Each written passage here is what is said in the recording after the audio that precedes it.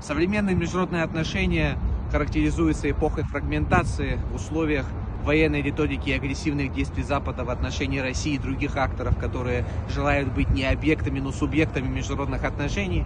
Актуализируется вопрос создания общего пространства безопасности в рамках Большой Евразии. В первую очередь речь идет о России и ее союзниках Беларуси, Абхазии, Южной Осетии, партнеров Москвы по ОДКБ, Евразийскому союзу.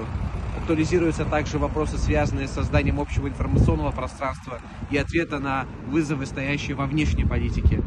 Именно данный блок союзников России в виде упомянутых организаций должны стать прочным щитом, который сможет отразить любые поползновения на суверенитет и независимость стран. И можно сказать, что очертания этого блока уже сейчас формируются, поскольку недавно президент Республики Абхазия Аслан Бжаня и министр иностранных дел Инал Арзанова посетили Минск, где провели встречу с президентом Республики Беларусь Александром Лукашенко. Сегодня президент Республики Абхазия Бжаня заявил, что Минск может стать крайне позитивной, нейтральной площадкой в рамках урегулирования кризиса на Южном Кавказе.